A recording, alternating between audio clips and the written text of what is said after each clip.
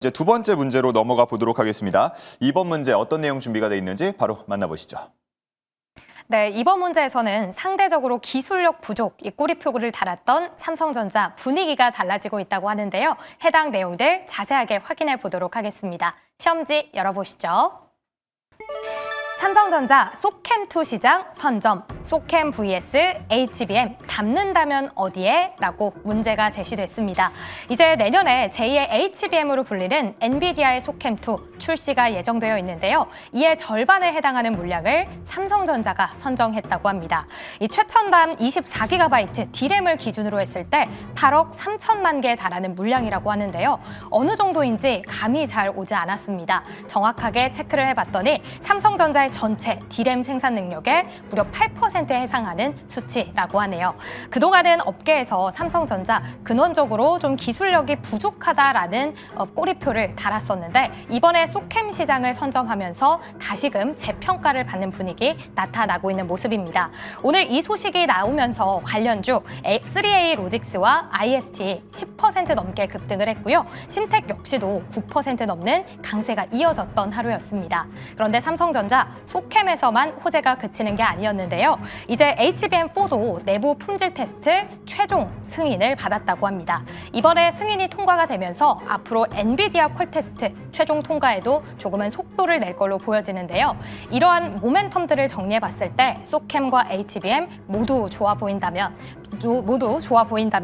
그렇다면 이 둘 중에 하나만 담는다면 어디서 저희가 포인트를 얻어봐야 될까요? 더욱더 유리한 지점을 선점하기 위해서 하나의 업종만 꼽아보도록 할게요. 그럼 두 번째 주식 남녀의 선택 보드를 들어주시죠.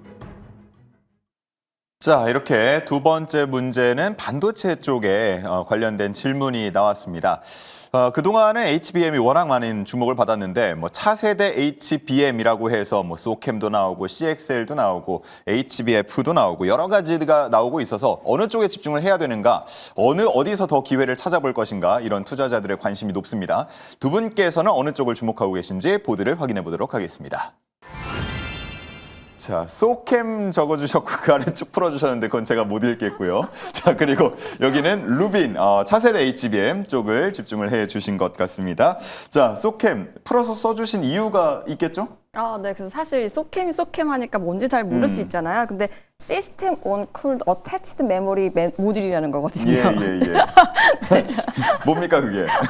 일단 이 소캠의 정확한 정의를 알아야지 왜 이 소캠이라는 게 앞으로 차세대 표준이 될 수밖에 없는지를 이해를 할 수가 있거든요. 사실 작년까지만 해도 저도 소캠이란 얘기가 나왔을 때 과연 그게 되겠어? 라고 했는데 지금은 소캠2가 나오고 나서는 그 방향으로 갈 수밖에 없다라고 생각을 하고 있거든요. 조금 더 쉽게 설명을 하면 이 소캠이라는 거는 AI 서버에 딸깍 꽂아서 쓰는 메모리 모듈이라고 할 수가 있습니다. 지금까지 이제 메모리 모듈이라고 하면 이 칩을 그 보드판에 납땜처럼 해가지고 붙였잖아요. 예. 근데 그게 만약에 고장이 나게 되면 그걸 다 수리를 해야 되는 거잖아요. 근데 이거 딸깍 꽂아서 쓰는 그런 시스템이기 때문에 이게 만약에 고장이 났거나 문제가 생겼을 때 수리가 굉장히 용이할 수밖에 없는 거죠. 그래서 메모리를 이제 꽂아 쓰는 시대가 열렸다. 그래서 모듈. 네네네. 이렇게 어태치드 메모리 모듈이 나옵니다. 예. 네, 이렇게 나오게 되는 거죠. 그런데 여기서 중요한 게 또 하나 이해를 해주셔야 될 게 여기서 지금 왜 하이닉스의 주가는 조금 주춤하고 삼성전자의 주가는 가느냐가 나오게 되는데 네, 그 질문을 안 그래도 드리려고 했습니다. 사실 이 소캠을 쓰기 위해서는 DDR 칩이 들어갑니다. 이것도 좀 설명을 드리면 로우 파워 더블 데이터 레이트라고 할 수가 있거든요. LPDDR이는 그러니까 저전력 D램이라는 거죠. 원래 이 저전력 D램이라는 거는 스마트폰이나 태블릿처럼 전력 굉장히 아껴 써야 되는 그런 메모리였는데 이제는 AI 서버의 전력 부담이 너무나 커졌기 때문에 이 LPDDR을 쓰는 방향으로 갈 수밖에 없게 되는 거죠.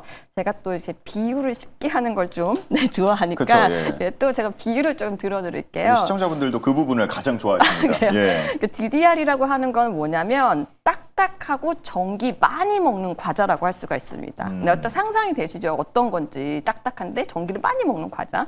근데 HBM 같은 경우에는 성능은 좋지만 비싸고 포장이 복잡한 초콜릿이라고 할 수가 있습니다. 예. 네.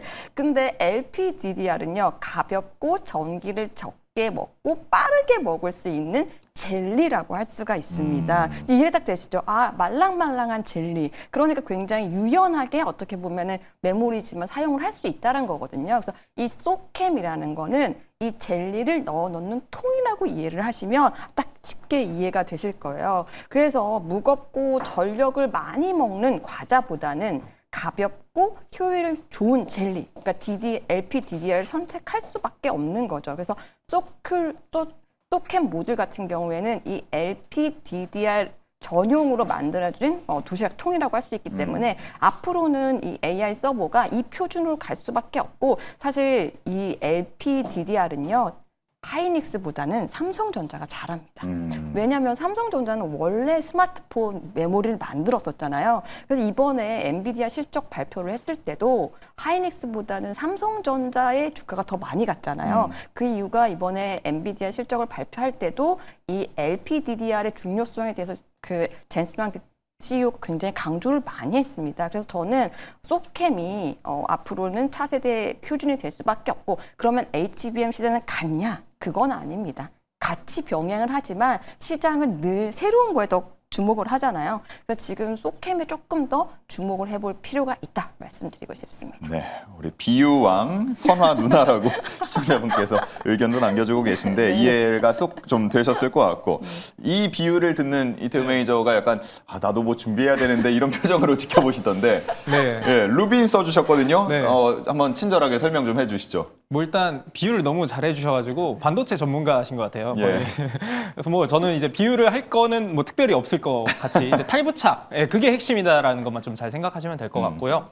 결국에 뭐 핵심은 HBM의 어떤 빠른 속도보다 지금 HBM의 어떤 그 속도보다 더 빠른, 그리고 이제 기존의 레거시 반도체보다는 더 효율적인 게 당연히 뭐 지금 소캠이라고 보시면 되는데, 소캠의 결국에 이제 확산이 될 수 있느냐는 지금 당연히 엔비디아 주축으로 이제 AI의 어떤 칩들이 그 밸류체인이 구축이 되어 있기 때문에 엔비디아에서 이 소캠에 대한 확산을 채택을 하느냐, 이거에 따라서 결국 달라질 거라고 봅니다. 근데 내년도에 이제 엔비디아의 차세대 칩이라고 좀 볼 수 있는 게 루빈이라는 것 잘 알고 계실 텐데, 내년 1분기부터 본격적으로 이제 루빈 칩이 좀 사용이 될 거라고 알려져 있습니다. 근데 이 루빈 칩의 이 소캠에 대한 탑재를 지금 예상을 하고 있기 때문에, 실제로 지금 엔비디아가 루빈 칩 2026년 출시 계획에서 보게 되면은 기존의 이 그 HBM이라든지 이런 거에서 소캠을 채택하면서 실제 올해보다 내년도에 대한 어떤 발주량 자체가 지금 현재 5배 정도 늘어나고 있거든요. 결국엔 당연히 수요와 공급 논리에 의하면은 당연히 소캠에 대한 수요 자체가 지금 늘어나고 있는 국면에 기존의 HBM이라든지 메모리 반도체, 기존 전통적인 레거시 반도체보다는 훨씬 효율이라든지 성능 면에서 압도적인 상황이기 때문에 당연히 뭐 소캠에 대한 가치가 시장에서 더 부각될 수밖에 없다 라고 보시면 될 것 같고요. 뭐 앞서 제가 이제 삼성전자를 소개를 드렸는데, SK하이닉스와 삼성전자를 좀 비교를 해보게 되면은 체제 전환에 대한 속도가 더 빠를 수밖에 없는 건 삼성전자입니다. 지금 기존의 HBM에 대한 것들을 소캠으로 이제 좀 체제 전환을 할 수 있는 더 빠른 속도를 가져갈 수 있는 게 삼성전자이기 때문에, 역시나 뭐 우리나라 시장은 삼성전자 중심으로 반도체 랠리가 좀 이어질 가능성이 높고, 그 중에서는 시장에서 당연히 소캠 중심으로 어떤 관심도가 당연히 높아질 수밖에 없기 때문에, 뭐 내년도 뭐 HBM과 소캠 당연히 저도 같은 생각으로 두 가지 모두 다 같이 보셔야겠지만, 더 핵심적으로 시장에서 주목할 거는 결국 소캠이 될 수밖에 없다. 이렇게 좀 보시면 될 것 같습니다. 그러면 역시나 뭐 투자를 하더라도 굳이 따지면 삼성전자 쪽에 조금 더 무게를 네. 실어주시는 그런 분위기입니다.